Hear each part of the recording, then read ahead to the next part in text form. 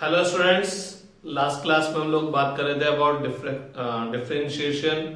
तो आप लोगों ने देख लिया था कि डिफरेंशिएशन कब करना होगा, जब हमको rate of change find out करनी है फॉर अ पर्टिकुलर वैल्यू, तो आपको डिफरेंशिएशन करना है। और डिफरेंशिएशन फाइंड आउट करने के दो मेथड है, एक तो मैथमेटिकल और एक ग्राफिकल। आज अपन बात करेंगे about integration, about integration.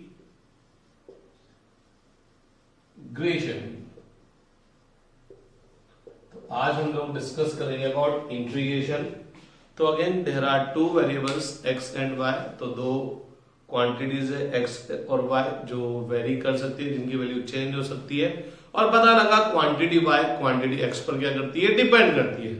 Means मैं x की वैल्यू चेंज करता हूं, y का वैल्यू चेंज हो जाता है। तो you can say y is function of x, y is function of x। As you know, ये मेरे को पता है कि y x का फंक्शन है, लेकिन किस टाइप का फंक्शन है, y के x पर क्या डिपेंडेंसी है, ये हाल फिलहाल मेरे को पता नहीं है कि y x का किस टाइप का फंक्शन है, या y की x पर डिपेंडेंसी क्या है, या y और x के बीच में रिलेशन क्या है, ये भी हाल फिलहाल मेरे को पता नहीं है। बस मेरे को ये पता है कि y x के साथ वेरी करता है। तो अगर मैं y और x के बीच में कर्व ड्रॉ करता हूं, तो लेट अस सपोज y और x के बीच में मैंने कर्व ड्रॉ किया, तो लेट अस सपोज वो कर्व कुछ इस टाइप से आपको ऑब्टेन होता है। कर्व का जो शेप होगा वो डिपेंड करेगा कि y x का किस टाइप का फंक्शन है। ये मैं जो कर्व ड्रॉ कर रहा हूं वो केवल आपको समझाने के पॉइंट ऑफ व्यू से ड्रॉ कर रहा हूं। अदरवाइज कर्व तो तभी ड्रॉ कर सकते हैं जब आपको y और x के बीच में रिलेशन गिवन हो, रिलेशन आपको पता हो। लेकिन मैं समझाने के पॉइंट ऑफ व्यू से, एक्सप्लेन करने के पॉइंट ऑफ व्यू से y और x के बीच में कर्व कुछ इस टाइप का ले लेता हूं। तो ये क्या है भैया, yx कर्व, yx कर्व। आपने देखा कि जैसे जैसे मैं x की वैल्यू चेंज करूंगा, y का वैल्यू क्या होता जाएगा, चेंज। मींस x की इस वैल्यू पर y की ये वैल्यू आई, x की इस वैल्यू पर y की ये वैल्यू आई, x की इस वैल्यू पर y की ये वैल्यू आई। जैसे जैसे आप x चेंज करते जाएंगे, y का वैल्यू क्या होता जाएगा, चेंज होता जाएगा। तो for example when x equal to x1, जब x की वैल्यू कितनी है भैया, x1 है, तो y का वैल्यू क्या है, y का वैल्यू कितना है, y1। y का वैल्यू कितना है, y1।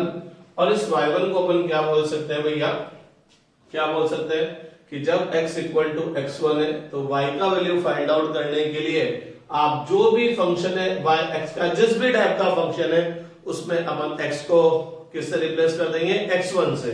तो फंक्शन के फॉर्म में अपन शायद इसको ऐसे लिख देते हैं, f x1 value of function when x equal to x1। तो आप इस फंक्शन में x की वैल्यू x1 से, x1 कितना है 5 से, x1 कितना है 5, तो आपको x इक्वल टू 5 पर y का वैल्यू बताना है। तो आप ये जो भी फंक्शन होगा वहां आप x की जगह क्या लिख देंगे, 5। और फंक्शन की वैल्यू बताने का एक तरीका ये था, आपने f5 लिख दिया, इसका मतलब आप फंक्शन की वैल्यू निकालना चाहते हैं for a particular value of x when x equal to 5। ठीक है, अब मैं x चेंज करता जा रहा हूं, करता जा रहा हूं, करता जा रहा हूं, और x चेंज करते करते करते मैंने x की वैल्यू कितनी कर दी, x2 कर दी, x2 कर दी। तो x की इस वैल्यू के लिए, x की इस वैल्यू के लिए जो y का वैल्यू आया वो कितना आया, y2 आया। x की इस वैल्यू के लिए अगर मेरे को y की वैल्यू फाइंड आउट करनी है, तो इस फंक्शन में जहां जहां पर मेरे को x दिखेगा वहां क्या लिख दूंगा, x2। तो ये हो जाएगा value of function when x equal to x2। Function value of function बोले तो fx का वैल्यू, और fx एक तरह से क्या है, y। तो ये क्या आएगा, फंक्शन का वैल्यू आएगा, बोले तो y का वैल्यू आएगा जब x की वैल्यू कितनी है, x2।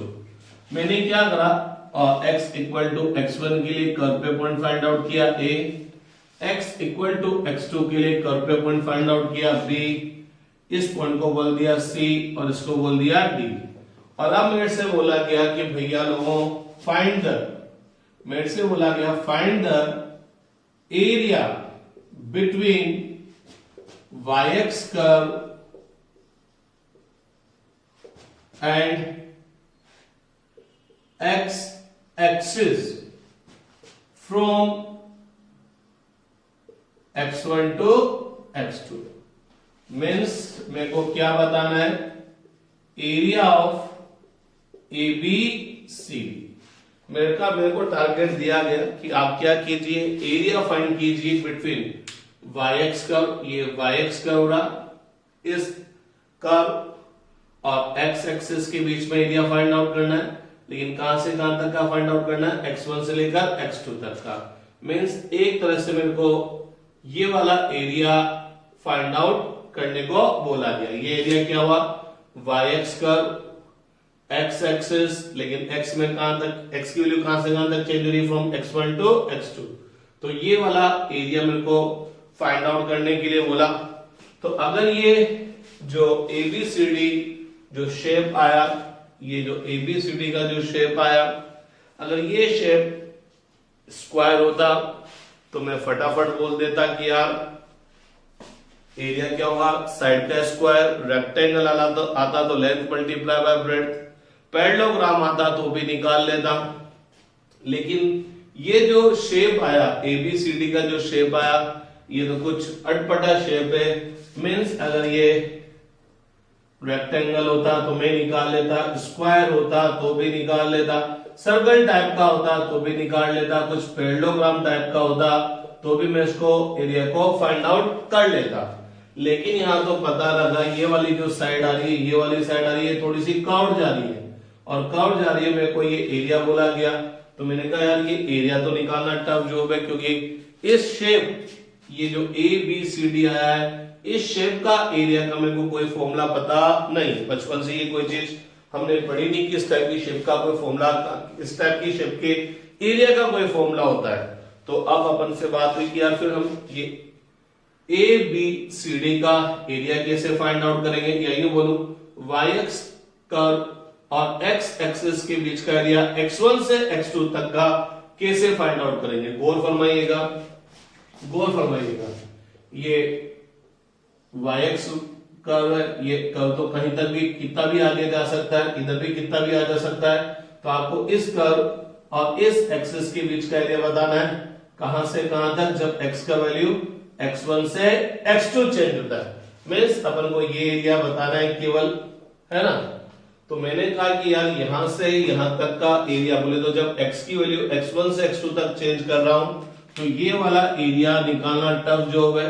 तो मैं इस टफ जॉब को क्या करता हूं, थोड़ा सा डिवाइड कर देता हूं। वैसे लाइफ में अगर आप रूल बना लो, कोई सा भी जॉब आपको करना है और वो टफ है, थोड़ा हेवी है, तो घबराए मत। आप एक रूल फॉलो कीजिए, जिससे अंग्रेज आप पे 200 साल रूल्स करके चल गए, राज करके चल गए। डिवाइड एंड रूल, तोड़ो और राज करो। तो जब भी आपको कोई चीज लगती ना टफ है, यार तो बहुत मुश्किल है, यार मैं कैसे करूंगा, तो घबराओ मत, उस चीज को तोड़ तोड़ के करो, उस चीज को तोड़ तोड़ के करो। तो जब आप उस चीज को तोड़ तोड़ के करेंगे, थोड़ा थोड़ा करेंगे, तो अपने आप वो टफ चीज बहुत इजी वे में आपसे सोल्व हो जाएगी, बहुत इजी वे में आपसे सोल्व हो जाएगी। इसका सबसे बड़ा एग्जांपल आपकी इंडियन क्रिकेट टीम के एक्स कैप्टन महेंद्र सिंह धोनी।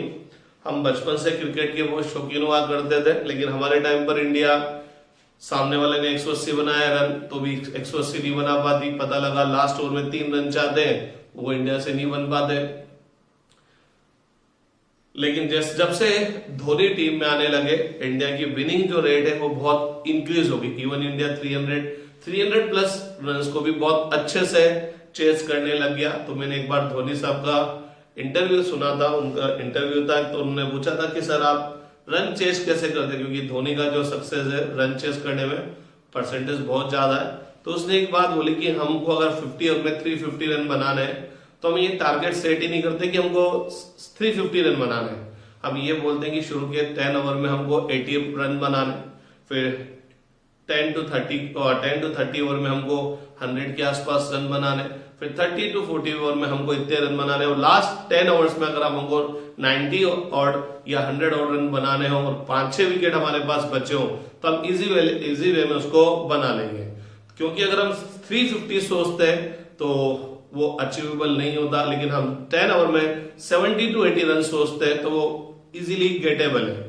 तो वही वाला काम है कि आपको जब भी टफ जॉब दिया जाए तो घबराओ मत, उस टफ जॉब को क्या कर दो, तोड़ दो, थोड़ा थोड़ा कर लो, तो अपने आप वो चीज सोल्व हो जाएगी। तो मेरे को अगर क्या करना है, y एक्स कर्व और x एक्सिस का बीच का एरिया फाइंड आउट करना है when x changes from x1 to x2। तो मैं क्या करूं, x की वैल्यू x1 से x2 तक चेंज करने की बजाय से x2 कितना है 15, x2 कितना है 15, तो मैं क्या करूं, मेरे को ये एरिया फाइंड आउट करना है, इस एक्सिस इस कर्व और इस एक्सिस के बीच का एरिया फाइंड आउट करना है जब x का वैल्यू 5 से लेकर 15 तक चेंज हो रहा है। 5 और 15 एग्जांपल है, x1 कुछ भी हो सकता है, x2 कुछ भी हो सकता है, ये तो मैं केवल एग्जांपल के पॉइंट ऑफ व्यू से आपको समझा रहा हूं। तो मैं क्या करूं, x की वैल्यू 5 से डायरेक्ट 15 चेंज करने की बजाय मैं क्या करूं, 5 से 7 चेंज कर लूं, 5 से 7 चेंज किया, ये एरिया फाइंड कर लूं, फिर 7 से 9 चेंज करूं, ये एरिया फाइंड कर लूं, 9 से 11 चेंज करूं, ये एरिया फाइंड कर लूं, 11 से 13 तक कर लूं, ये एरिया फाइंड आउट कर लूं, 13 से 15 तक कर लूं, ये एरिया फाइंड आउट कर लूं, और फिर सबको क्या कर दूं, ऐड कर दूं। तो मैंने क्या करा कि अगर मेरे को y कर्व और x एक्सिस के बीच का एरिया फाइंड आउट करना है when x changes from x1 to x2, तो मैं x1 से लेकर x2 तक की जो विड्थ है, x1 से लेकर x2 तक की जो विड्थ है, बोले तो यहां से लेकर यहां तक x में जो चेंज हो रहा है, इस चेंज इन x को मैं क्या कर दूं, थोड़ा सा डिवाइड कर दूं, तोड़ दूं। अभी x की वैल्यू 5 है, यहां आते आते 15 हो गई, तो यहां से लेकर जब यहां पर जाता हूं तो चेंज इन x कितना हो जाता है, 15 माइनस 5 बोले तो 10। तो मैं क्या करूं, x की वैल्यू 5 से लेकर 15 तक चेंज करने की बजाय, बोले तो 10 का वैल्यू चेंज करने की बजाय मैं क्या करूं, x की वैल्यू चेंज करूं केवल 2 से, एग्जांपल है केवल 2 से चेंज किया, तो x यहां 5 था, तो यहां कितना हो गया 7, तो 5 और 7 के बीच का एरिया निकालो, ये स्ट्रिप का एरिया, फिर 7 से 9 के बीच के स्ट्रिप का एरिया निकालो, फिर 9 से 11 तक के बीच के स्ट्रिप का एरिया निकालो। बोले तो इस पूरे एरिया को निकालनी हो जाए, मैं ये थोड़ा थोड़ा सा जो छोटी छोटी स्ट्रिप आएगी जिनकी विड्थ इसके कंपैरिजन में कम होगी, तो यहां से यहां तक जो चेंज इन x था, यहां से यहां तक चेंज इन x कितना था 10, तो मैंने क्या करा, x में थोड़ा थोड़ा चेंज किया, 5 से 7, 7 से 9, 9 से 11, 11 से 13, 13 से 15, और 5 से 7 तक जब x का वैल्यू चेंज हुआ तो y x curve x axis के बीच का एरिया फाइंड किया when x changes from 5 to 7, ये एरिया फाइंड आउट कर लिया, फिर 7 से 9 तक का एरिया फाइंड आउट कर लिया, 9 से 11 तक का एरिया फाइंड आउट कर लिया, 11 से 13 का एरिया फाइंड आउट कर लिया, फिर सबको क्या कर दिया, ऐड कर दिया। तो अगर मेरे को x1 से लेकर x2 तक का एरिया फाइंड आउट करना है तो मैं क्या करूंगा, x1 से लेकर x2 तक की जो विड्थ है, x1 से लेकर जो x2 तक की विड्थ है और यहां से यहां तक की विड्थ एक तरह से क्या है, चेंज इन x। अरे x1 क्या है, यहां से यहां तक x1, यहां से यहां तक x2, तो ये यहां से यहां तक की बात करूंगा तो change in x, x2 minus x1, और यहां से यहां तक की जो विड्थ है वो भी एक तरह से क्या है, x2 माइनस x1 ही है। तो मैं क्या करूंगा, अगर मेरे को y एक्स कर्व और x एक्सिस के बीच का एरिया फाइंड आउट करना है कि जबकि वैल्यू x की वैल्यू चेंज हो रही है फ्रॉम x1 टू x2, तो इस एरिया को फाइंड आउट करने के लिए मैं क्या करूंगा, x1 से लेकर x2 तक की विड्थ, बोले तो चेंज इन x को क्या कर दूंगा, n इक्वल पार्ट्स में डिवाइड कर दूंगा, n इक्वल पार्ट्स में डिवाइड कर दूंगा। देखना ये x इक्वल टू x1 था जिसको अपन ने क्या बोला 5, तो यहां से यहां तक की जो x की विड्थ आएगी वो कितनी आएगी, x2 माइनस x1, और यहां से यहां तक मैंने कितने पार्ट्स लिए, n equal part, first part, second part, third part, fourth part, fifth part, तो n पार्ट्स की जो मिलाकर इन सब n पार्ट्स की जो विड्थ मिलाकर आएगी वो कितनी आएगी, x2 माइनस x1, या ये बोलो n पार्ट की विड्थ आएगी x2 माइनस x1, तो ईच पार्ट में जो विड्थ आएगी या चेंज इन x आएगा वो कितना आएगा, x2 minus x1 upon n। अरे भैया यहां से यहां तक में n पार्ट है, तो यहां से यहां तक में चेंज इन x कितना है, x2 माइनस x1, तो एक पार्ट के अंदर, एक स्ट्रिप के अंदर चेंज इन x आएगा x2 minus x1 upon n, और इसको मैंने क्या बोल दिया, डेल्टा x। तो डेल्टा x क्या हो गया, change in x in each part. अब यो समझिएगा, यूं समझिएगा x2 कितना था 15, x1 कितना था 5 और मैंने कितने इक्वल पार्ट्स लिए थे 5 इक्वल पार्ट्स लिए थे। तो डेल्टा x कितना हो गया था भैया 10/5, कितना हो गया था 2 हो गया था ना 2। तो गौर फरमाइएगा ये जो फर्स्ट स्ट्रिप है यहाँ x की वैल्यू कितनी है x1, आपने क्या करा जो फर्स्ट पार्ट है उसमें x की जो विड्थ है या चेंज इन x कितना है डेल्टा x। तो ये फर्स्ट पार्ट हो गया या फर्स्ट स्ट्रिप हो गई, यहां से यहां तक कितना है भैया डेल्टा x। तो यहां पर x की वैल्यू कितनी आ जाएगी x1 प्लस डेल्टा x। फिर अपन क्या करेंगे सेकंड स्ट्रिप लेंगे, तो सेकंड स्ट्रिप में चेंज इन x कितना है डेल्टा x। अरे अपन ने x1 से लेकर x2 तक को x1 से लेकर x2 तक को n इक्वल पार्ट्स में डिवाइड कर दिया, तो change in x in each part कितना आएगा x2 minus x1 upon n, जिसको अपन ने क्या बोल दिया डेल्टा x। तो अब इस वाले पर क्या हो जाएगी x की वैल्यू यहां पर कितनी है x1 प्लस डेल्टा x। आप डेल्टा x और आगे चले गए तो कितना हो गया x1 plus delta x plus delta x। तो कितना हो गया भैया कितना हो गया 2 डेल्टा x। फिर एक और स्ट्रिप ली अपन ने, फिर एक और स्ट्रिप ले ली, इसकी विड्थ भी कितनी है डेल्टा x। अपन ने यहां से यहां तक यहां से लेकर यहां तक कितनी स्ट्रिप्स लिए n, x1 से लेकर x2 तक को अपन ने क्या कर दिया n इक्वल पार्ट में क्या कर दिया डिवाइड कर दिया, n इक्वल पार्ट में डिवाइड कर दिया। तो हर पार्ट के अंदर चेंज इन x कितना आएगा x2 minus x1 upon n बोले तो डेल्टा x। ठीक है, तो फिर यहां से यहां तक गए तो चेंज इन x कितना हुआ x डेल्टा x।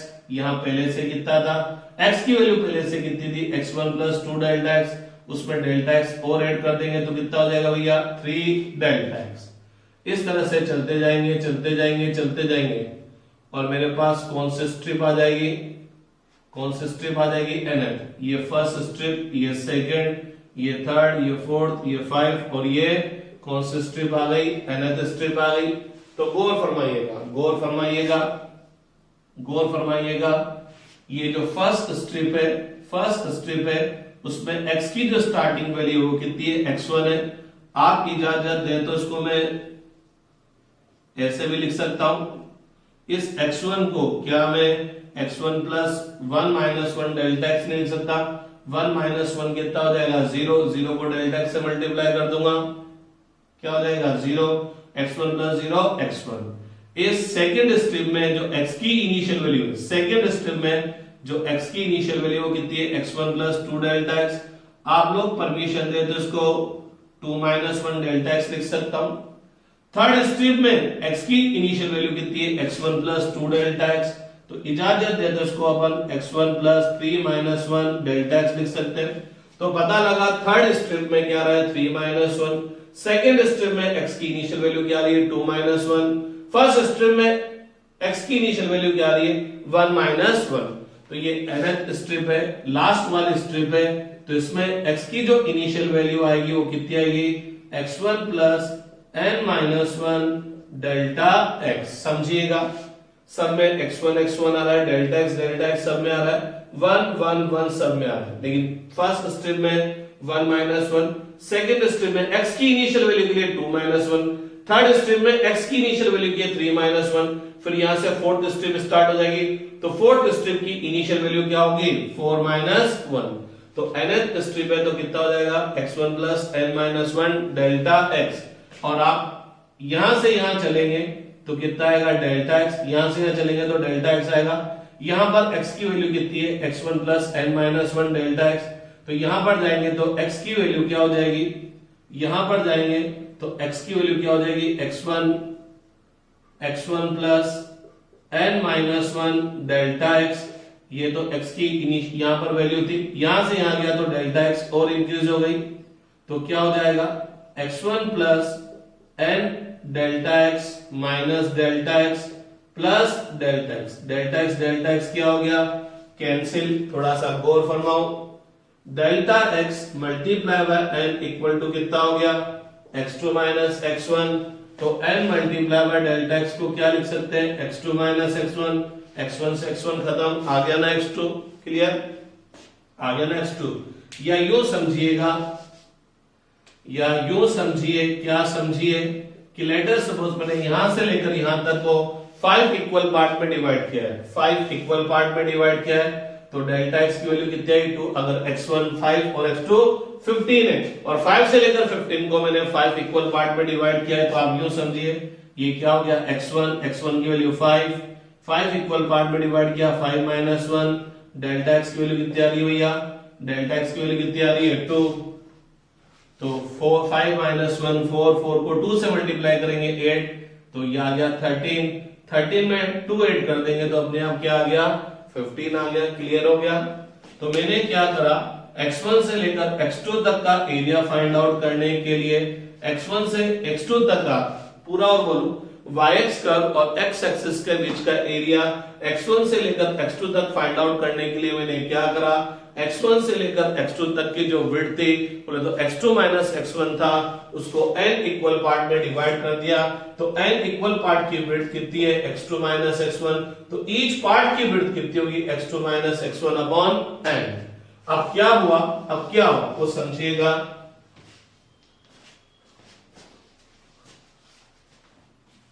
तो भैया लोगों n delta x equal to कितना हो गया x2 minus x1 upon n, जहां डेल्टा x क्या होगा, change in x in each part, या यूं बोलूं width of each part, width of each strip. ठीक है, अब मैंने कहा कि पूरा एरिया एक साथ निकाल ली बजाय yx कर्व और x एक्सिस के बीच का ये पूरा एरिया एक साथ निकालने के बजाय अपन इस स्ट्रिप का एरिया निकाले, इस स्ट्रिप का एरिया निकाले, इसका एरिया निकाले, इस तरह से हर स्ट्रिप का एरिया निकालेंगे, फिर सबको ऐड कर देंगे। तो चलिए फर्स्ट स्ट्रिप पे आते हैं। फर्स्ट स्ट्रिप में x की इनिशियल वैल्यू, इसको x1 ही बोल दो, तो x की इनिशियल वैल्यू के लिए मैंने क्या करा, कर्व पे पॉइंट फाइंड आउट किया, कर्व पे पॉइंट फाइंड आउट करके क्या कर दिया, कर्व पे पॉइंट फाइंड आउट करके क्या करा, x की एक पैरेलल लाइन ड्रॉ करी जो केवल कहां तक जाएगी, केवल इस स्ट्रिप के अंदर जाएगी। मैंने क्या करा समझिएगा, x की इनिशियल वैल्यू के लिए कर्व पे पॉइंट फाइंड आउट किया और फिर क्या करा, उस पॉइंट से x की एक पैरेलल लाइन ड्रॉ कर दी केवल इस स्ट्रिप में। तो अगर मैं इस स्ट्रिप की बात करूं, इस स्ट्रिप की बात करूं तो पता लगा इस स्ट्रिप में से ये वाला जो पोर्शन है ये क्या है, रेक्टेंगल है, और ये वाला पोर्शन रेक्टेंगल है, तो इसका जो एरिया आएगा वो क्या आएगा, length multiply by breadth. Length बोले तो वैल्यू ऑफ y, x की इस वैल्यू के लिए x इक्वल टू x1 के लिए y का वैल्यू, क्योंकि लेंथ ही होगा, लेंथ बोले तो value of y when x equal to x1। तो भैया x इक्वल टू x1 के लिए y की वैल्यू कैसे निकालेंगे, उस फंक्शन में जहां जहां पर भी x दिखेगा क्या लिख देंगे, x1 लिख देंगे। तो लेंथ तो आ गई वैल्यू ऑफ y और ब्रेड्थ क्या आ जाएगी, चेंज इन x। ब्रेड्थ क्या आएगी, यहां से यहां तक की ब्रेड्थ क्या आएगी, चेंज इन x। तो इस स्ट्रिप का एरिया क्या होगा, क्या होगा, लेंथ बोले तो value of y, value of y का मतलब x इक्वल टू x1 पर फंक्शन की वैल्यू y की वैल्यू, ये तो लेंथ हो गई और ब्रेड्थ कितनी हुई, चेंज इन x। ठीक, अब अगर अपन इस सेकंड स्टेप में आते हैं तो सेकंड स्टेप में क्या करेंगे, x की जो इनिशियल वैल्यू है, x की जो इनिशियल वैल्यू है इसके लिए कर्व पे पॉइंट फाइंड आउट करेंगे। अब कर्व पे पॉइंट फाइंड आउट करके क्या करेंगे, x की एक पैरेलल लाइन ड्रॉ करेंगे जो कि केवल इस स्ट्रिप के अंदर जाएगी। तो अगर अपन इस पूरी स्ट्रिप का, अगर अपन इस पूरी स्ट्रिप का केवल ये वाला पोर्शन देख ले, केवल ये वाला पोर्शन देख ले, तो ये आपको क्या दिखाई देगा, रेक्टेंगल दिखाई देगा, और रेक्टेंगल दिखाई देगा तो इसका एरिया तो बचपन से आता है, रेक्टेंगल का एरिया क्या होता है, लेंथ मल्टीप्लाई बाय ब्रेड्थ। तो लेंथ क्या होगा, लेंथ क्या होगा, वैल्यू ऑफ y, लेकिन वैल्यू ऑफ y क्या होगी, अब आपको इसकी लेंथ फाइंड आउट करनी है तो क्या करेंगे, x equal to x1 plus delta x के लिए कर्व पे पॉइंट आया, और कर्व पे पॉइंट आया तो मैंने ये इधर भी लाइन ड्रॉ कर दी, तो ये x equal to x1 plus delta x के लिए y का वैल्यू हो गया, x1 प्लस डेल्टा x के लिए y का वैल्यू हो गया। तो इस फंक्शन में अगर आपको x1 प्लस डेल्टा एक्स के लिए y का वैल्यू चाहिए तो अपन इस फंक्शन में जहां जहां पर भी x दिखेगा वहां क्या लिख देंगे, x1 प्लस डेल्टा एक्स। तो ये वैल्यू ऑफ y हो गया या वैल्यू ऑफ फंक्शन हो गया। तो ये तो लेंथ हो गई और ये क्या हो गई, ब्रेड्थ हो गई। तो इस सेकंड स्ट्रिप का एरिया क्या आ जाएगा, लेंथ। लेंथ का मतलब value of y, value of y का मतलब value of function when x equal to x1 plus delta x. ये तो लेंथ आया। एरिया फाइंड आउट करने के लिए मेरे को ब्रेड्थ से मल्टीप्लाई करना पड़ेगा और ब्रेड्थ कितनी है, चेंजिंग x। इस पर्टिकुलर स्ट्रिप के अंदर x कितने से चेंज हो रहा है।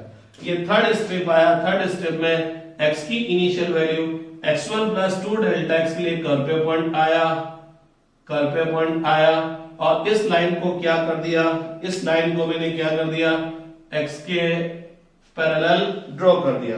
जैसे मैंने इसको x के पैरेलल ड्रॉ किया तो जैसे मैं ये थर्ड स्ट्रिप का केवल ये वाला पोर्शन देखता हूं, थर्ड स्ट्रिप का केवल ये वाला पोर्शन देखता हूं तो ये पोर्शन मेरे को क्या दिखता है, क्या दिखता है, रेक्टेंगल दिखता है। और जब ये मेरे को रेक्टेंगल दिखता है तो इसका जो एरिया आएगा वो क्या आएगा, length multiply by breadth. Length क्या है, यहां से यहां तक की लेंथ, ये लेंथ एक तरह से इसके इक्वल है, इसके इक्वल बोले तो y की वैल्यू है।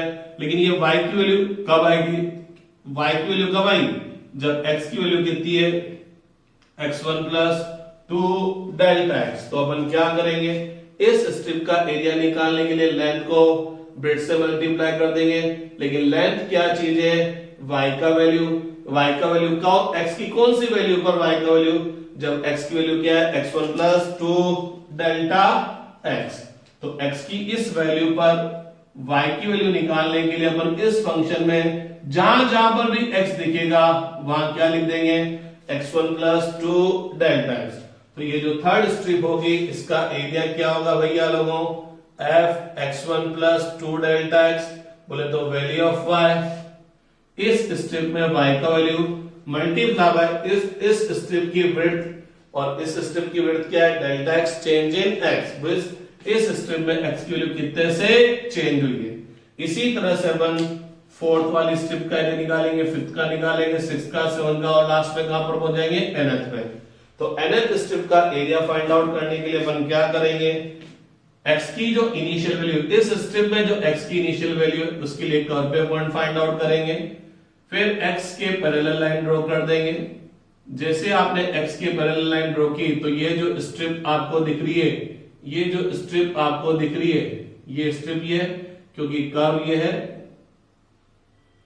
तो इस स्ट्रिप का ये वाला पोर्शन आपको क्या दिख रहा है, रेक्टेंगल दिख रहा है और आपको रेक्टेंगल दिख रहा है। तो इसका जो एरिया आएगा वो क्या आएगा, length multiply by breadth. Length क्या आएगी, लेंथ क्या आएगी, यहां से यहां तक की लेंथ, और यहां से यहां तक की लेंथ को मैं यहां से यहां तक की लेंथ बोल सकता हूं।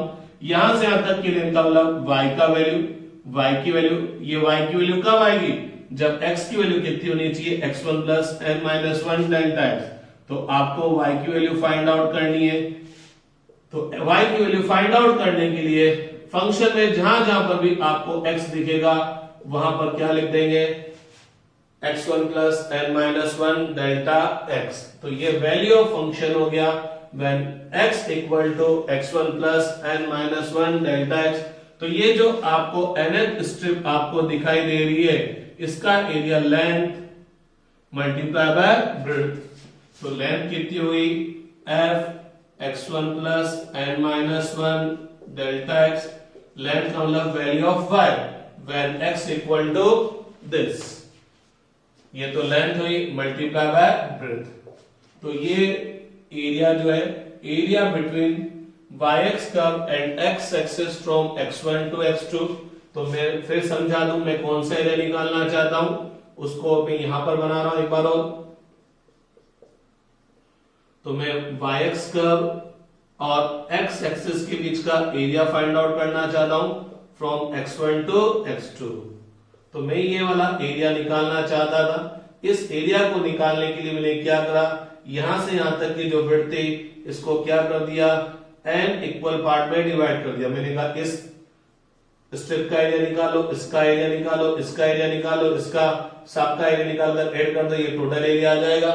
ठीक, तो मैंने कहा कि area between y x curve and x axis when x changes from x1 to x2 क्या होगा? Area of first strip plus area of second plus area of third plus area of fourth plus area of fifth plus area of nth strip. तो अगर मैं ये area इस area इस area इस area इस एरिया को ऐड करता जाऊंगा तो मेरे को क्या आ जाएगा? क्या आ जाएगा? Area between y x curve and x axis when x changes from x1 to x2। अब आप बोलेंगे सर ये आप जो बोल रहे हो वो एरिया कहाँ आ रहा? क्योंकि हमको एरिया फाइंड आउट करना है वाई एक्स कर्व और एक्स एक्सिस के बीच में, तो हमको तो ये पूरा का पूरा एरिया फाइंड आउट करना है। लेकिन जब आप फर्स्ट स्ट्रिप का एरिया निकाल रहे हो, फर्स्ट स्ट्रिप तो ये है पूरी, तो फर्स्ट स्ट्रिप में तो एरिया ये पूरा आना चाहिए। लेकिन आपने तो कैलकुलेट ये वाला करा है केवल, ये तो आपने छोड़ ही दिया। इसी तरह से सेकंड स्ट्रिप में एरिया ये पूरा आना चाहिए, ये पूरा आना चाहिए, लेकिन आपने ये वाला एरिया तो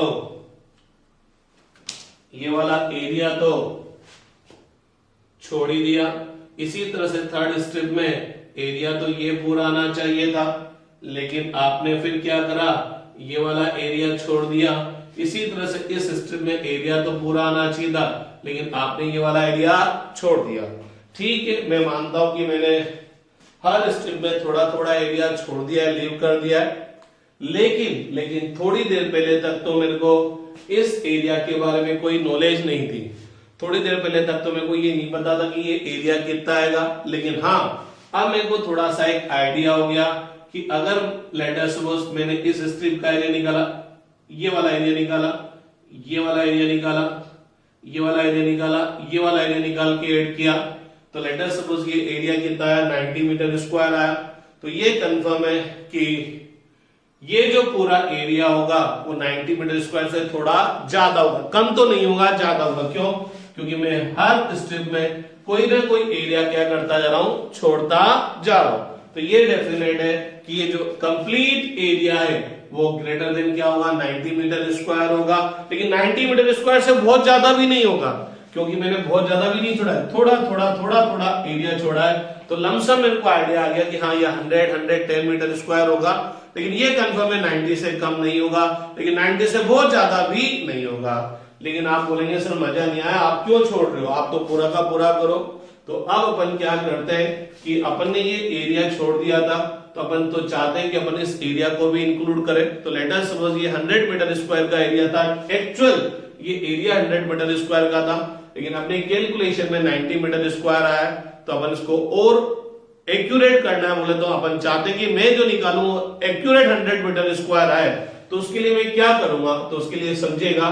तो अभी तक मैंने x1 से लेकर x2 तक को 5 इक्वल पार्ट्स में डिवाइड किया था, n का वैल्यू 5 था। लेकिन अगर मैं x1 से लेकर x2 तक को 10 इक्वल पार्ट्स में डिवाइड करता तो क्या होगा? लेकिन जैसे ही मैं क्या करूंगा समझिएगा, मैंने x1 से लेकर x2 तक को n इक्वल पार्ट में डिवाइड किया था, तो ईच पार्ट में विड्थ कितना था? x2 minus x1 upon n। अगर मैं x1 से लेकर x2 तक को 5 इक्वल पार्ट में डिवाइड करता हूं, तो width of each part, change in x in each part कितना आएगा? 2 आएगा। लेकिन अगर मैं नंबर ऑफ पार्ट्स 5 की जगह 10 ले लेता, 5 की जगह 10 लेता, 10 इक्वल पार्ट्स में डिवाइड करता, तो देखिए क्या होता? फिर हर पार्ट के अंदर क्या होता है? चेंज इन x कितना आता? 1 आता। चेंज इन x कितना आता? 1 आता। बोले तो अभी तो मेरी फर्स्ट स्ट्रिप 5 से लेकर 7 तक चलती है, सेकंड स्ट्रिप 7 से लेकर 9 तक चलती है। लेकिन अब क्या होता? फर्स्ट स्ट्रिप चलेगी 5 से लेकर 6, सेकंड चलेगी 6 से लेकर 7 पे। अभी तक तो एक स्ट्रिप की विड्थ कितनी आई थी? 2, लेकिन हर स्ट्रिप की विड्थ कितनी आएगी? जैसे मैंने नंबर ऑफ पार्ट्स 10 कर दिए, तो हर स्ट्रिप की विड्थ कितनी आएगी? 1। कहने का मतलब 5 से लेकर 7 तक में अब कितनी स्ट्रिप्स आएगी? 2। बोले तो पहले यहां से यहां तक में केवल एक स्ट्रिप आ रही थी, अब यहां से यहां तक में कितनी स्ट्रिप आएगी? 2। सिंपल सी बात है, पहले यहां से यहां तक में केवल 5 स्ट्रिप आ रही थी, अब यहां से यहां तक में कितनी स्ट्रिप आएगी? 10। तो जैसे ही मैं नंबर ऑफ पार्ट्स इंक्रीज करता हूं, change in x in each part क्या हो जाता है? डिक्रीज हो जाता है। अब change in x in each part decrease होने से फायदा क्या होगा? उसको थोड़ा समझने की कोशिश करते हैं। ठीक है, तो अपन ये डायग्राम वापस ड्रॉ करते हैं।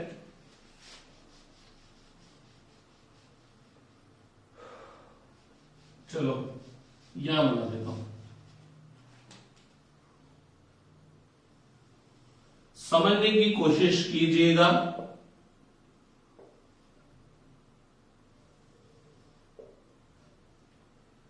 लेट अस सपोज ये x इक्वल टू x1 है ना।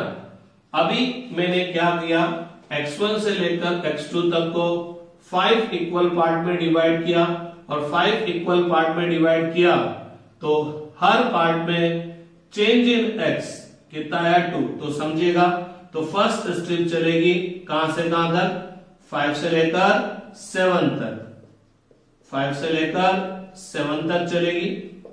अब ये स्ट्रिप 5 से लेकर 7 तक चलेगी, सेकंड स्ट्रिप कहां से कहां तक चलेगी, 7 से लेकर 9 तक। ठीक है, तो फर्स्ट स्ट्रिप पे गौर फरमाएगा। अभी फर्स्ट स्ट्रिप 5 से स्टार्ट होती है, कहां पर जाके खत्म होती है, 7 पे। सेकंड स्ट्रिप 7 से स्टार्ट होती है, कहां जाके खत्म होती है, 9 पर। तो समझिएगा, गौर फरमाइएगा। अब ये फर्स्ट स्ट्रिप आई, इसका एरिया फाइंड आउट करने के लिए मैंने क्या करा, x की इनिशियल वैल्यू के लिए कर्व पे पॉइंट फाइंड आउट किया, फिर x के पैरेलल लाइन ड्रॉ कर दी। तो मैंने कहा कि यार इस स्ट्रिप का ये वाला पोर्शन, इस स्ट्रिप में मेरे को ये वाला पोर्शन रेक्टेंगल दिख रहा है, रेक्टेंगल दिख रहा है, तो इसका एरिया क्या होगा, लेंथ मल्टीप्लाई बाय विड्थ। मैंने ये एरिया क्या कर दिया, छोड़ दिया। अब मैं सेकंड स्ट्रिप पर पहुंच गया, तो सेकंड स्ट्रिप में x की इनिशियल वैल्यू के लिए कर्व पे पॉइंट फाइंड आउट किया, फिर वही x के पैरेलल लाइन ड्रॉ करी, लेंथ मल्टीप्लाई बाय ब्रेड्थ, ये एरिया मेरे पास आ गया। फिर मैंने ये एरिया छोड़ दिया और फिर मैं आगे वाली स्ट्रिप पे बढ़ गया। तो मैंने फर्स्ट स्ट्रिप में ये एरिया छोड़ दिया, सेकंड में ये एरिया छोड़ दिया, इसी तरह से थर्ड में ये एरिया छोड़ दिया होगा। अब आप इस एरिया को दिमाग में बिठा लेना, इस एरिया को दिमाग में बिठा लेना।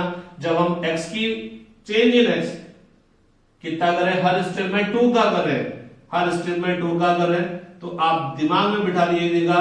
फर्स्ट स्ट्रिप में मैंने ये एरिया लीव कर दिया, सेकंड स्ट्रिप में मैंने ये एरिया लीव कर दिया। लेकिन जैसे ही मैं क्या करूंगा, जैसे ही मैं क्या करूंगा, x1 से लेकर x2 तक के पोर्शन को 10 इक्वल पार्ट्स में डिवाइड करूंगा। बोले तो अब m की वैल्यू कितनी हो गई, 10। तो change in x each part कितना होगा, 1। तो गौर फरमाइएगा, अब हर स्ट्रिप के अंदर x की वैल्यू कितने से चेंज होगी, 1 से चेंज होगी। तो देखना x इक्वल टू 5 था, ये x इक्वल टू कितना हो जाएगा, 6, ये x इक्वल टू 7 और ये x इक्वल टू 8।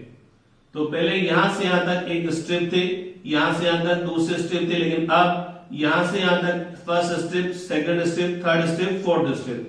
जब यहां से यहां तक फर्स्ट स्ट्रिप थी, बोले तो चेंज इन x कितना सारा था, तब आप गौर फरमाइएगा, आपने ये वाला एरिया छोड़ दिया था, ये वाला एरिया छोड़ दिया था। लेकिन जैसे मैंने नंबर ऑफ डिवीजन डबल किए, क्या होगा, अब फर्स्ट स्ट्रिप 5 से स्टार्ट होगी, 6 पे खत्म हो जाएगी, सेकंड स्ट्रिप 6 से स्टार्ट होगी, 7 पे खत्म हो जाएगी। तो देखिएगा अपन क्या करेंगे, x की इनिशियल वैल्यू के लिए कर्व पे पॉइंट फाइंड आउट करेंगे, इस पॉइंट से x के पैरेलल लाइन ड्रॉ करेंगे। लेकिन अब की बार ये लाइन केवल कहां पर खत्म हो जाएगी, यहीं पर। क्यों, क्योंकि फर्स्ट स्ट्रिप 5 से लेकर केवल कहां जाएगी, 6 तक। तो अब की बार फर्स्ट स्ट्रिप में को ये मिली, फर्स्ट स्ट्रिप में को ये मिली, तो उसका ये वाला पोर्शन, उसका ये वाला पोर्शन में को क्या दिख रहा है, रेक्टेंगल।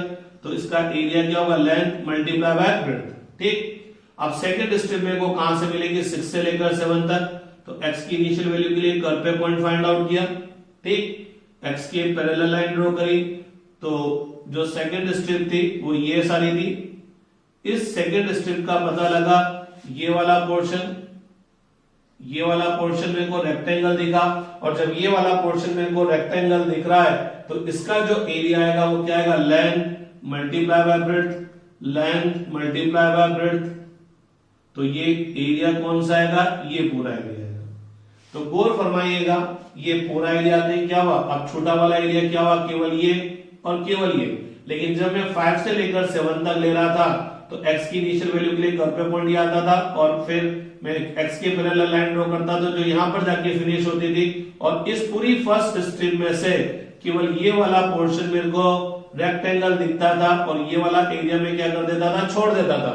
लेकिन जैसे ही नंबर ऑफ डिवीजन मैंने डबल किए, इस छूटे हुए पोर्शन में से ये वाला एरिया मेरी इस कैलकुलेशन के अंदर आ जाएगा और अब केवल ये वाला एरिया छूटेगा और ये वाला एरिया छूटेगा।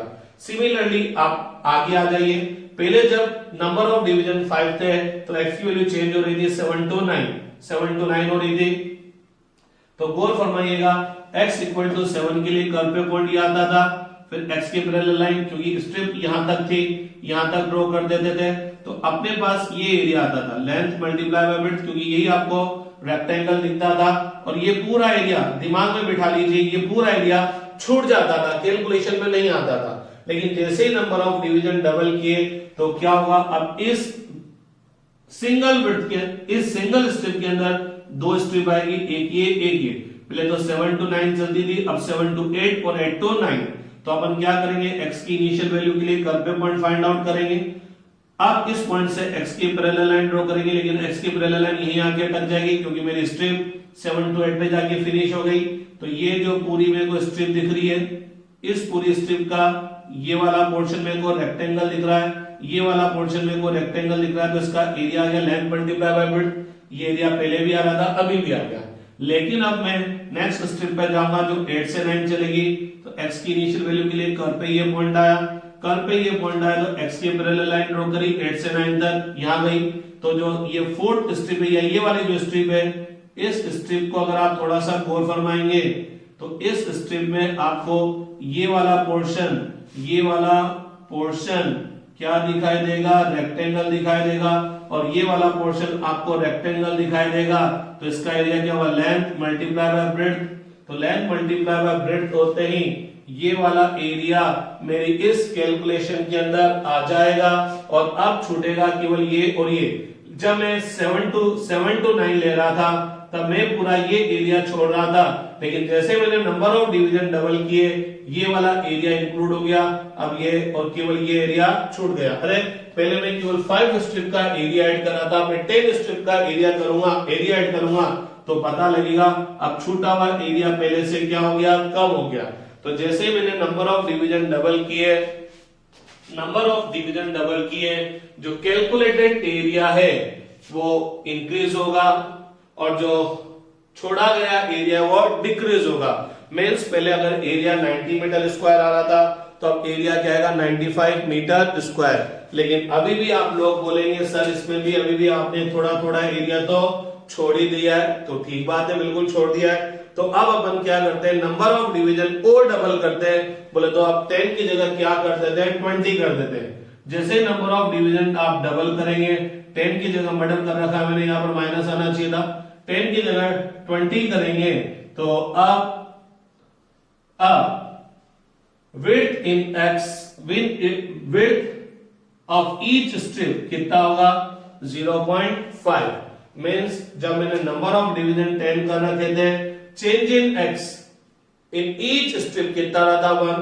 बोले तो स्ट्रिप पहले चली थी 5 से लेकर 6 से लेकर 7 से लेकर 8 से लेकर 9। लेकिन जैसे मैंने नंबर ऑफ डिवीजन डबल किए तो अब स्ट्रिप चलेगी 5 से 5.5, 5.5 से 6 से 6.5, 6.5 से 7। तो आप थोड़ा सा चलो यही गौर फरमा लो, इसी के अंदर थोड़ा सा गौर फरमा लो क्योंकि ये थोड़ा बढ़िया सा दिख रहा है। तो जब अपन ने x की वैल्यू चेंज की फ्रॉम 8 to 9 तो पता लगा इस स्ट्रिप के अंदर मेरा ये एरिया आ गया, लेकिन ये एरिया मैंने क्या कर दिया, छोड़ दिया, ये वाला एरिया छोड़ दिया। लेकिन अगर मैं क्या करता, नंबर ऑफ डिवीजन डबल करता तो अब इस 8 से 9 तक की स्ट्रिप के बीच में कितनी स्ट्रिप आती, 2, क्योंकि हर स्ट्रिप में चेंज इन x कितना होता है 0.5। तो अब फर्स्ट ये वाली स्ट्रिप चलेगी 8 to 8.5, 8.5 to 9। तो थोड़ा सा गौर फरमाइएगा, ऐसा ही बाकी सब में भी होगा। 5 to 6 में 5.5, 5 से 5.5, 5.5 से 6 से 7 में 6 से 6.5, 6.5 से 7। तो इधर भी वो होगा, लेकिन मैं आपको केवल यहां दिखा रहा हूं। तो अब आप देखिएगा, जब मैंने 8 to 9 किया तो मैंने ये एरिया छोड़ दिया था, लेकिन अब अगर मैं 8 से लेकर 9 तक को भी क्या करता, डबल पार्ट में डिवाइड करता। बोले तो यहां से यहां तक अभी एक स्ट्रिप थी, लेकिन अगर मैं 8 से 9 तक में 2 स्ट्रिप ले लेता तो क्या होता, देखिए क्या होता।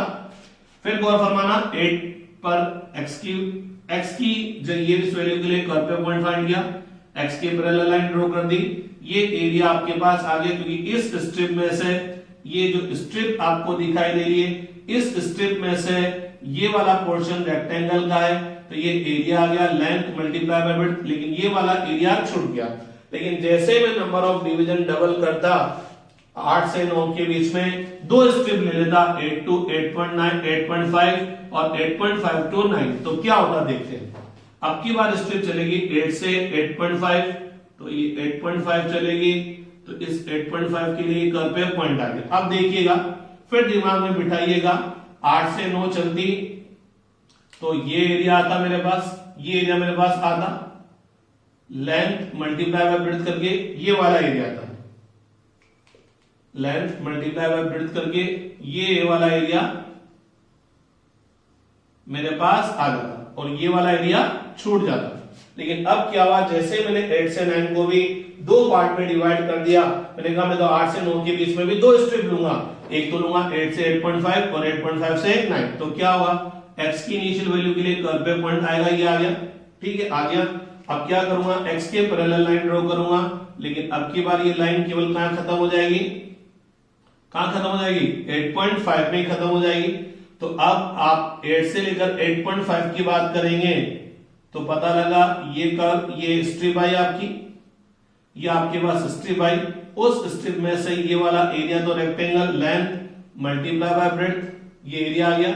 लेकिन 8.5 से लेकर 9 तक की बात करेंगे, 8.5 से 9 तक की बात करेंगे तो x की इनिशियल वैल्यू के लिए कर्व पे ये पॉइंट आया, x के पैरेलल लाइन ड्रॉ कर दी आ गई।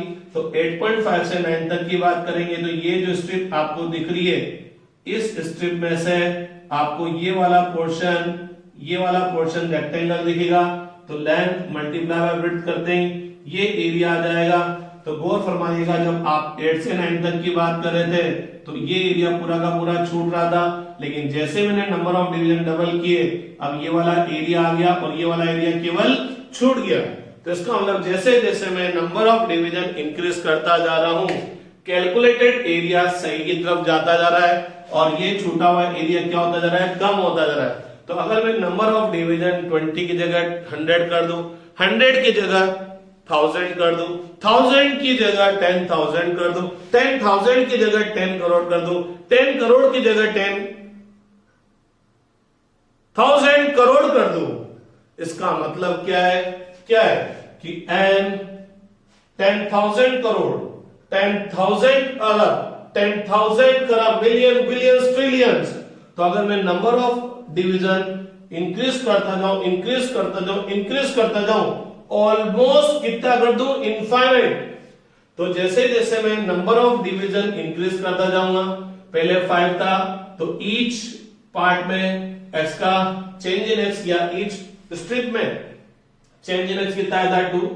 जब मैंने n को क्या किया 10 किया, change in x in each strip कितना है 1। अगर मैं 20 करता तो कितना था 0.5, अगर मैं 100 करता तो यहां कितना था 0.1, अगर मैं 1000 करता तो यहां कितना था 0.001।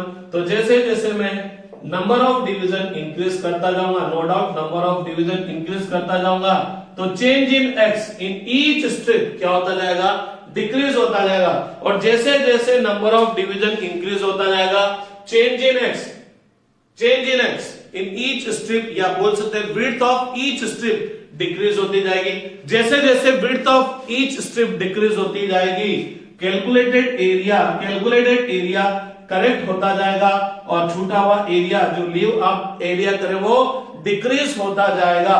तो अगर मेरे को ये एरिया बिल्कुल एक्यूरेटली निकालना है तो मैं x1 से लेकर x2 तक के पोर्शन को 10 parts, 1000 part, 10,000 parts, 1 crore part, 10 crore parts में डिवाइड नहीं करूंगा, मैं करूंगा 10 लाख करोड़ पार्ट्स में डिवाइड कर दूंगा। मींस मैं क्या करूंगा, x1 से लेकर x2 तक के पोर्शन को ऑलमोस्ट इनफाइनाइट पार्ट में डिवाइड कर दूंगा और जब मैं x1 से लेकर x2 तक के पोर्शन को ऑलमोस्ट इनफाइनाइट पार्ट में डिवाइड कर दूंगा तो change in x in each part, width of x in each part क्या हो जाएगा, टेंस टू 0, क्योंकि जब मैंने 5 पार्ट में डिवाइड किया डेल्टा x2 आया, 10 पार्ट में डिवाइड किया 1 आया, 100 में डिवाइड करूंगा 0.1 आएगा, 1000 में डिवाइड करूंगा 0.01 आएगा, 10 में करूंगा 0.01 आएगा, लाख में कर दूंगा 0.1 आएगा, 10 लाख में कर दूंगा 0.1 आएगा, और कर दूंगा तो ये और आएगा। तो जैसे जैसे मैं इसको इंक्रीज करता जा रहा हूं, मेरा डेल्टा एक्स क्या होता जा रहा है, डिक्रीज होता जा रहा है। तो अगर मेरे को इस एरिया को एक्यूरेटली फाइंड आउट करना है तो मेरे को क्या करना पड़ेगा, x1 से लेकर x2 तक के पोर्शन को ऑलमोस्ट इनफाइनाइट पार्ट में डिवाइड करना पड़ेगा, या यो बोलो change in x in each part क्या होगा, टेंस टू 0। तो अगर आपको ये एरिया एक्यूरेटली फाइंड आउट करना है तो एक कंडीशन लग गई, एक बाउंडेशन लग गई कि भाई x1 से लेकर x2 तक को आप 5 पार्ट, 500 पार्ट, 5000 पार्ट में डिवाइड नहीं कर सकते। अगर आपको एक्यूरेट फाइंड आउट करना है तो आपको x1 से लेकर x2 तक के पोर्शन को इनफाइनाइट पार्ट्स में डिवाइड करना पड़ेगा, या यूं बोलो हर स्ट्रिप की विड्थ क्या होनी चाहिए, टेंस टू 0। बोले तो बहुत बहुत बहुत कम, इतनी कम कि आपको वो स्ट्रिप दिखाई नहीं दे, आपको तो एक लाइन दिखाई दे। तो इसका मतलब अगर आपको ये एरिया एक्यूरेटली फाइंड आउट करना है तो आपको यहां पर क्या करना पड़ेगा, एक बाउंडेशन लगानी पड़ेगी, एक कंडीशन लगानी पड़ेगी, एक लिमिटेशन लगानी पड़ेगी, क्या कि भैया लोगों n टेंस टू क्या होना चाहिए, इनफाइनाइट होना चाहिए, नंबर ऑफ पार्ट ऑलमोस्ट कहां पर जाने चाहिए, इंफिनिटी पर जाने चाहिए। ठीक, इसका मतलब क्या हुआ, हर पार्ट में चेंज इन x क्या होना चाहिए, बहुत कम होना चाहिए। तो ये फर्स्ट स्ट्रिप है, ये सेकंड स्ट्रिप है, ये थर्ड स्ट्रिप है। इस तरह से क्या होगा, ये 10 करोड़ स्ट्रिप आ गई, ये 10 अरब वाली आ गई, मिलियन ट्रिलियन वाली आ गई। तो आप इसका एरिया फाइंड आउट करेंगे, इसका एरिया, इसका एरिया, इस वाले स्ट्रिप का एरिया, फिर सबको क्या कर देंगे, ऐड कर देंगे। तो ये आप हर स्ट्रिप का एरिया फाइंड आउट करके सबको क्या कर देंगे, ऐड कर देंगे। लेकिन भैया लोगों यहां से यहां तक में नंबर ऑफ स्ट्रिप कितनी है, 10 करोड़ अरब। तो भैया फर्स्ट स्ट्रिप का एरिया, सेकंड का एरिया, थर्ड का एरिया, फोर्थ का एरिया, तो मेरे को तो 10 करोड़ अरब की स्ट्रिप का एरिया फाइंड आउट करना है। फिर उन सबको क्या करना है, ऐड करना है। मेरी 10, 20, 50 जिंदगी बीत जाएगी, मैं ये कर नहीं पाऊंगा, क्योंकि ये एडिशन 10 बार ऐड नहीं करना, 10,000 टाइम्स ऐड नहीं करना, 10 करोड़ बार ऐड नहीं करना, मेरे को क्या करना है, 10 करोड़ अरब बार, क्योंकि मैंने यहां से यहां तक तो क्या कर दिया, इनफाइनाइट पार्ट्स में डिवाइड कर दिया। तो अरबों खरबों स्ट्रिप बन गई, उन खरबों खरबों स्ट्रिप का एरिया मेरे को फाइंड आउट करना है और फिर सबको ऐड करना है। तो भैया अरबों खरबों बार मेरे को ऐड करना है, तो और वो भी इसी जिंदगी में करना है, 2, 5, 10 जिंदगी नहीं लेनी। तो इसको इसी जिंदगी में ऐड करने के लिए एक मैथमेटिकल टूल आता है जिसको बोलते हैं इंट्रीग्रेशन। इंटीग्रेट करना बोले तो ऐड करना, बोले तो जोड़ना। तो ये इंट्रीग्रेशन का सिंबल है। इंटीग्रेट करें, किसको इंटीग्रेट करें, value of y multiply by change in x, value of y multiply by change in x, या विड्थ ऑफ ईच स्ट्रिप। तो मैं किसको ऐड कर रहा हूं, y की वैल्यू को चेंज इन x के प्रोडक्ट के साथ y की वैल्यू, और चेंज इन x को मल्टीप्लाई करके मैं क्या करता जा रहा हूं, ऐड करता जा रहा हूं। देखना, value of y multiply by change in x, value of y, अरे ये क्या है, f(x1 + डेल्टा x) क्या चीज है, value of function. Value of function का मतलब y का वैल्यू, अरे ये y का ही तो वैल्यू है, तो y का value multiply by change in x, y का value multiply by change in x, या फंक्शन का value multiply by change in x। तो मैं किसको ऐड कर रहा हूं, फंक्शन की वैल्यू को ऐड कर रहा हूं, फंक्शन की वैल्यू को चेंज इन x के साथ मल्टीप्लाई करके ऐड कर रहा हूं। Value of function multiply by change in x, value of function multiply by change in x, value of function multiply by change in x।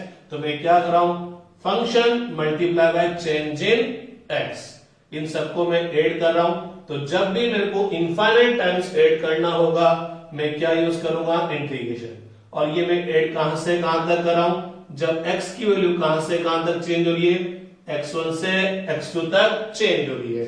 इस fx को अपन क्या बोल सकते हैं, फंक्शन है, तो इसको अपन y भी बोल सकते हैं, x1 से x2। अरे ये y का ही वैल्यू है, ये y का वैल्यू है, value of y multiply by change in x, value of y multiply by change in x, value of y multiply by change in x। बस ये y की वैल्यू x की different value पर है, ये भी वैल्यू ऑफ y है, when x equal to x1 plus n minus 1 delta x। तो ये हो गया y multiply by change in delta x। इनको ऐड करना है कहां से कहां तक, जब x की वैल्यू कहां से कहां तक चेंज हो रही है, फ्रॉम x1 टू x2।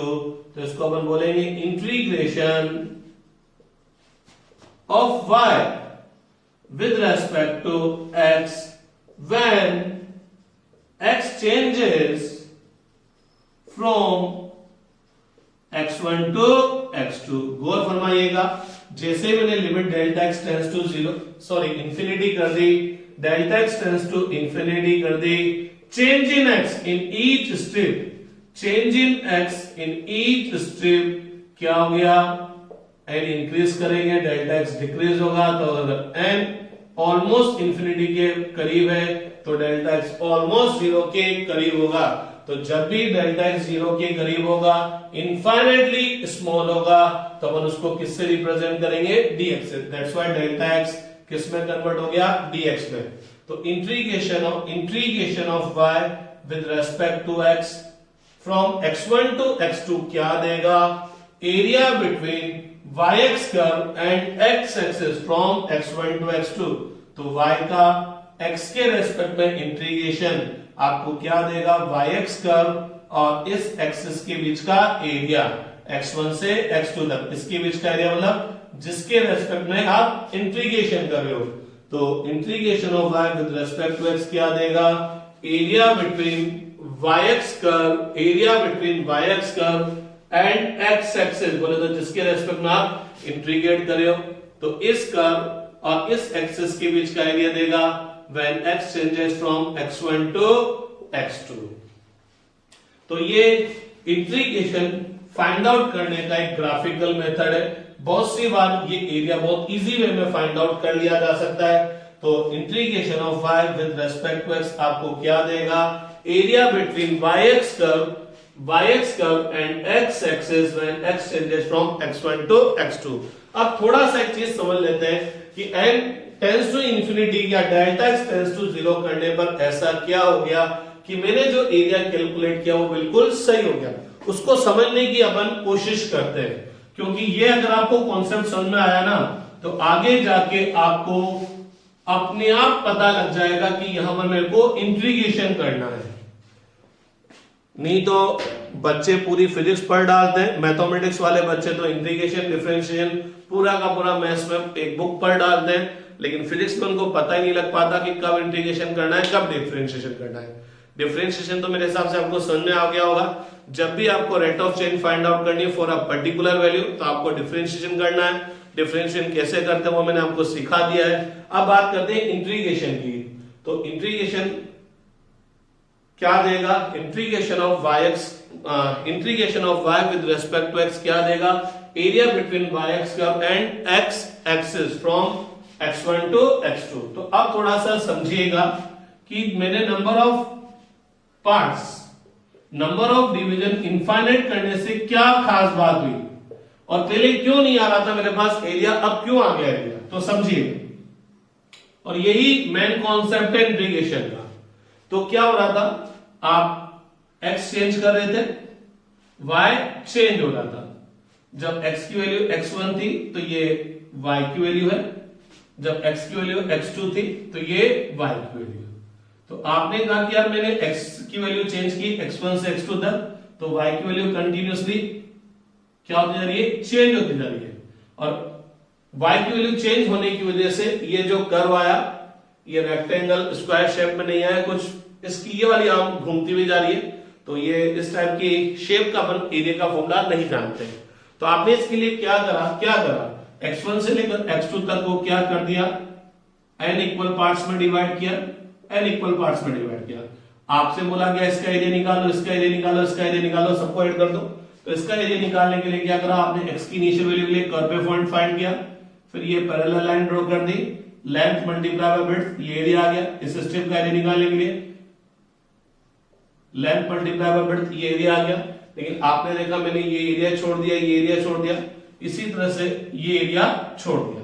तो ये एरिया छूटने से क्या, क्यों छूटा ये एरिया, क्योंकि जब मैं x की वैल्यू 5 से लेकर 7 तक या 5 से लेकर 6 तक या 5 से लेकर 5.5 तक चेंज कर रहा हूं, ठीक। फॉर एग्जांपल ये 5.5 है, मैंने वो जो कर्व था उसको थोड़ा सा माइक्रोस्कोप लगा के दिखा दिया, ये 5.5 है, ये 6 हो गया, ये 6.5 हो गया। तो देखना क्या हुआ, ये 5 था तो क्या हुआ, x की वैल्यू यहां से यहां तक चेंज की, कितने से चेंज की, 0.5 से चेंज की, 0.5 से चेंज की तो क्या हुआ, फर्स्ट स्ट्रिप, जो फर्स्ट स्ट्रिप है, ये फर्स्ट स्ट्रिप है, उसमें ये वाला पोर्शन रेक्टेंगल दिखा तो इसका एरिया आ गया। सेकंड स्ट्रिप में, सेकंड स्ट्रिप कहां से कहां तक है, ये सेकंड स्ट्रिप है, इसमें ये पोर्शन रेक्टेंगल दिखा, ये एरिया आ गया। लेकिन ये एरिया और ये एरिया छोड़ गया, इसी तरह से ये एरिया छोड़ गया। लेकिन अब जैसे ही क्या करता, मैं नंबर ऑफ डिवीजन और डबल करता, नंबर ऑफ डिवीजन और डबल करता तो क्या होता, क्या होता, अब की बार फर्स्ट स्ट्रिप यहां से यहां तक चलती और फर्स्ट स्ट्रिप यहां से यहां तक चलती तो x की इनिशियल वैल्यू के लिए कर्व पे ये पॉइंट आता, x के पैरेलल लाइन ड्रॉ करता, ये अटक जाती तो ये एरिया आ जाता। अरे ये एरिया तो पहले भी आ रहा था, कोई दिक्कत नहीं है। सेकंड स्टेप यहां से यहां तक चलती, x की इनिशियल वैल्यू के लिए कर्व पे पॉइंट आया, x के पैरेलल लाइन ड्रॉ कर दिया तो ये एरिया आ जाता। तो ये एरिया पहले मेरे से छूट रहा था, लेकिन जैसे मैंने सेकंड स्टेप की बात की, क्योंकि सेकंड स्टेप क्या होगी, यहां से चलेगी, ये सेकंड स्टेप होगी और उस सेकंड स्टेप में ये वाला पोर्शन क्या दिखाई देगा, रेक्टेंगल दिखाई देगा। तो ये एरिया आ गया। कहने का ना, जैसे नंबर ऑफ डिवीजन मैंने डबल किया, नंबर ऑफ डिवीजन डबल करते ही डेल्टा एक्स क्या हो गया, और पहले से कम हो गया। तो जैसे डेल्टा एक्स पहले से कम हुआ तो छूटा हुआ एरिया क्या हो गया, कम हो गया। बोले तो कैलकुलेटेड एरिया ये वाला एरिया, ये वाला एरिया, इसी तरह से इसमें ये आ जाएगा और इसमें ये वाला एरिया आ जाएगा। कैलकुलेटेड एरिया सही की तरफ जाएगा।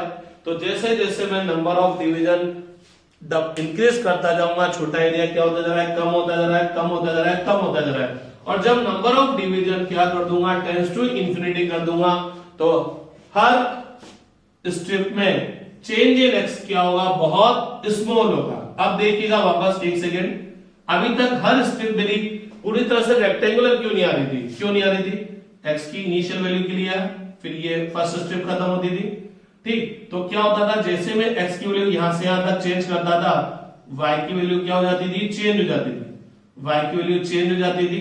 और इस वजह से मेरी ये स्ट्रिप पूरी तरह से रेक्टेंगल नहीं आती थी। जब मैं इस स्ट्रिप पर जाता था तो ये स्ट्रिप भी रेक्टेंगल नहीं आती थी। क्यों नहीं आती थी, क्योंकि x चेंज कर देता हूं, y की वैल्यू यहां से इंक्रीज होकर यहां पर हो जाती है। लेकिन अगर मैं क्या करूं, x1 से लेकर x2 तक के पोर्शन को इनफाइनाइट पार्ट में डिवाइड कर दूं, या यूं बोलूं हर स्ट्रिप में चेंज इन x क्या होगा, बहुत स्मॉल होगा। तो हर स्ट्रिप में चेंज इन x स्मॉल होने का मतलब, अगर ये 5 है तो x की जो सेकंड वैल्यू होगी इस स्ट्रिप में, x की जो सेकंड वैल्यू होगी वो क्या होगी, 5.00000001। क्योंकि जब मैंने n टेंड्स टू इंफिनिटी कर दिया तो delta x almost tends to क्या हो गया, 0। तो हर स्ट्रिप के अंदर चेंज इन x क्या होगा, बहुत स्मॉल होगा। और भैया हर स्ट्रिप के अंदर चेंज इन x बहुत स्मॉल होगा, तो इस स्ट्रिप में x की जो सेकंड वैल्यू आएगी वो ये आएगी, और इस स्ट्रिप में x की सेकंड वैल्यू ये आएगी। तो अगर जब अपन इस स्ट्रिप को निकालेंगे तो पता लगा, अरे ये स्ट्रिप तो पूरी तरह से क्या हो गई, रेक्टेंगल हो गई। और पूरी तरह से रेक्टेंगल हो गई तो इसका एरिया क्या होगा, लेंथ मल्टीप्लाई बाय ब्रेड्थ। तो अपन जैसे ही n टेंड्स टू इंफिनिटी करेंगे तो हर स्ट्रिप के अंदर चेंज इन x इतना स्मॉल होगा कि आप x तो चेंज करोगे लेकिन y की वैल्यू चेंज नहीं होगी। अभी तो क्या होता था, अपन x ये लेते थे, x ये लिया, x में चेंज किया, तो x में चेंज करने पर क्या हो जाता था, y चेंज हो जाता था। क्यों, क्योंकि अपन चेंज इन x अच्छा खासा ले लेते थे, डेल्टा x 1 ले लेते थे, या 0.5 ले लेते थे, या 0.1 ले लेते थे। तो x अपन अच्छा खासा एक फाइनाइट अमाउंट का चेंज करते थे उससे y की वैल्यू यहां से यहां हो जाती थी, इस वजह से ये स्ट्रिप आपको रेक्टेंगल नहीं दिखती थी। लेकिन अगर मैं x की वैल्यू यहां से यहां तक चेंज करने की बजाय x की वैल्यू यहां से यहां तक चेंज करने की बजाय x की वैल्यू बहुत कम चेंज करूं, ये तो आपको मैंने दिखाने के लिए डेल्टा x इतना बना रखा है, ओरिजिनल में डेल्टा x इससे भी कहीं गुना कम है। तो अगर मैं डेल्टा x की वैल्यू बहुत कम कर देता तो x की इनिशियल वैल्यू के लिए कर्व पे पॉइंट यह था, इस स्ट्रिप की सेकंड वैल्यू पे कर्व पे पॉइंट यह था, और ये आपको पूरी तरह से क्या दिखाई देती, रेक्टेंगल दिखाई देती। तो आपको हर स्ट्रिप रेक्टेंगल दिखाई देगी, क्योंकि हर स्ट्रिप में x की वैल्यू इतने से कम चेंज हो रही है, इतने से कम चेंज हो रही है कि उस स्ट्रिप के अंदर y की वैल्यू चेंज ही नहीं हो रही। तो मैं क्या करूं, अगर मेरे को ये एक एरिया एक्यूरेट फाइंड आउट करना है तो मैं हर स्ट्रिप की विड्थ इतनी कम कर दूं, इतनी कम कर दूं कि हर स्ट्रिप मेरे को रेक्टेंगल दिखाई दे, और हर स्ट्रिप रेक्टेंगल दिखाई देगी तो किसी भी स्ट्रिप के अंदर कोई एरिया छूटेगा ही नहीं। तो प्रॉब्लम क्या आ रही थी, प्रॉब्लम ये आ रही थी कि x की वैल्यू चेंज करता हूं तो y की वैल्यू चेंज हो जाती थी, इस वजह से मेरी हर स्ट्रिप रेक्टेंगल नहीं दिखती थी।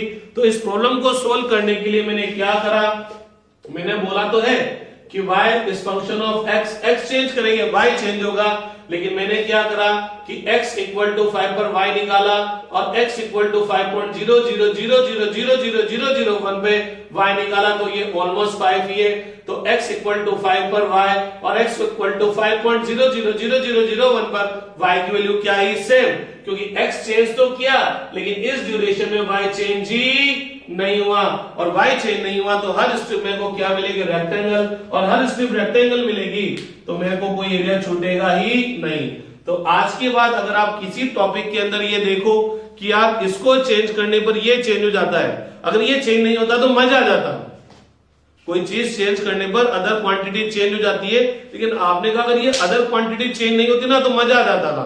तो आप क्या करो, उस क्वांटिटी में इतना कम चेंज करो, इतना कम चेंज करो, इतना कम चेंज करो कि वो दूसरी क्वांटिटी क्या रहे, उस ड्यूरेशन में कांस्टेंट रहे। तो आप क्या करो, उस थोड़ा से चेंज के अंदर जो भी आपको फाइंड आउट करना है वो फाइंड आउट कर लो, क्योंकि उस थोड़े से चेंज में वो दूसरी क्वांटिटी क्या है, कांस्टेंट है। फिर उस क्वांटिटी में थोड़ा सा चेंज करो, फिर वो क्वांटिटी कांस्टेंट है, तो आप उसको फाइंड आउट कर लो। इस तरह से आप उसमें थोड़ा चेंज कर करके जो भी चीज आपको फाइंड आउट करनी है फाइंड आउट कर लो, फिर सबको क्या कर दो, ऐड कर दो। बाउंसर चला गया, कैसे देखना, जब आप आगे पढ़ेंगे कि ये बॉडी है, इस बॉडी में मैंने फोर्स लगाया, यहां से यहां तक डिस्प्लेस किया, मेरे से बोला गया वर्क डन बताओ, मेरे से बोला गया वर्क डन बताओ, लेकिन पता लगा जब मैं यहां से यहां पर इसको लेके गया तो ये फोर्स क्या हो रहा है, कंटिन्यूअसली चेंज हो रहा है, फोर्स डिस्प्लेसमेंट के साथ, पोजीशन के साथ कंटिन्यूअसली चेंज हो रहा है।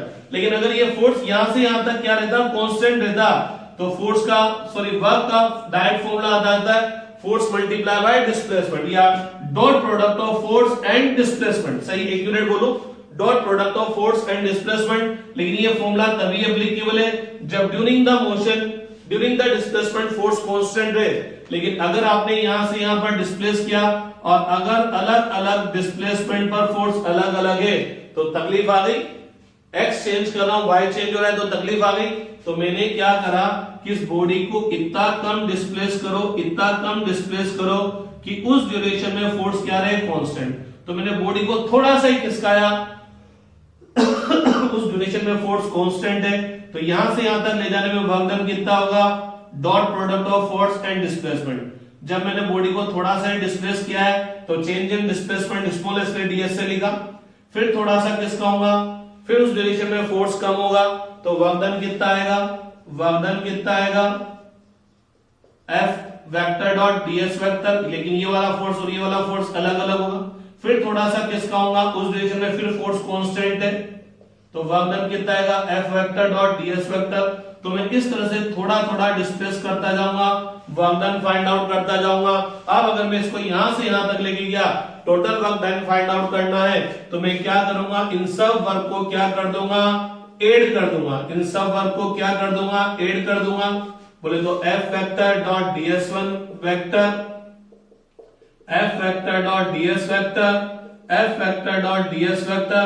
और चूंकि मैं यहां से यहां तक ले जाने में वर्क डन फाइंड आउट कर रहा हूं तो एक्चुअल में मैं इसको जो डिस्प्लेस कर रहा हूं वो बहुत बहुत स्मॉल है, इतना स्मॉल है, इतना स्मॉल है, इतना स्मॉल है, किससे भी कहीं गुना स्मॉल है। लेकिन ये तो मैंने आपको माइक्रोस्कोप लगा के दिखा रखा कि आपको लगे हाँ बॉडी तो डिस्प्लेस हुई है, एक्चुअल में ये डिस्प्लेसमेंट बहुत छोटा सा है। तो मैं थोड़ा थोड़ा डिस्प्लेस करता जाऊंगा। तो आप सोचो मेरे को कितनी बार वर्क फाइंड आउट करना पड़ेगा। बोले तो यहां से यहां तक का पोर्शन को मैं ऑलमोस्ट इनफाइनाइट पार्ट में डिवाइड कर दूंगा। तो मैं क्या कर दूंगा, हर छोटे छोटे डिस्प्लेसमेंट में वर्क डन फाइंड आउट कर लूंगा, फिर सबको ऐड कर दूंगा। ये ऐड मेरे को कितनी बार करना पड़ेगा, infinite times. Infinite times add करने के लिए क्या यूज करेंगे, इंटीग्रेशन। किसको इंटीग्रेट करेंगे, dot product of force and displacement. तो अभी तक क्या होता था, आपको y और x के बीच में कर्व y और x के बीच में आपको एरिया फाइंड आउट करना होता था। तो हर स्टेप में आप x चेंज करते थे तो y की वैल्यू क्या हो जाती थी, चेंज हो जाती थी।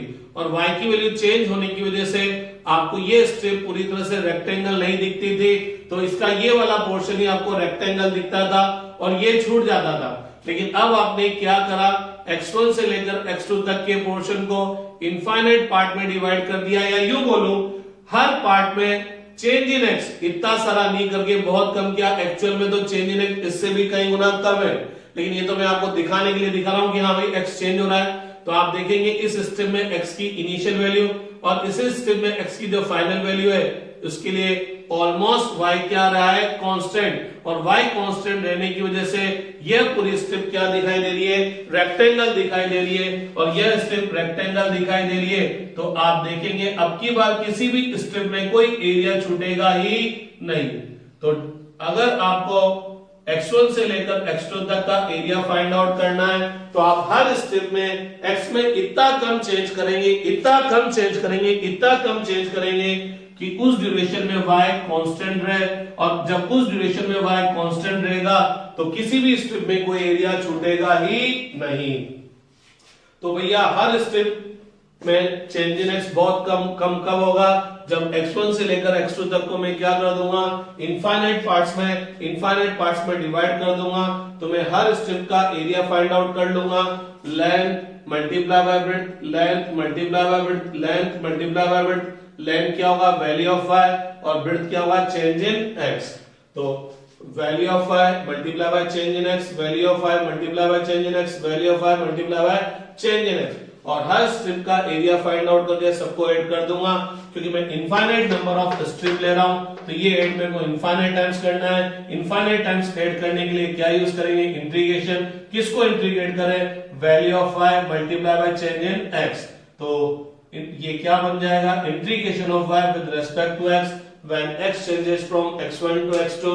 तो integration of y with respect to x क्या देगा, area between y-x curve and x axis देगा when x changes from x1 to x2 देगा। ठीक, इसमें कॉन्सेप्ट क्या था कि कॉन्सेप्ट ये था कि मेरे को हर स्टेप के अंदर वो एरिया क्यों छूट रहा था, क्योंकि मैं शुरू में x में एक फाइनाइट चेंज कर रहा था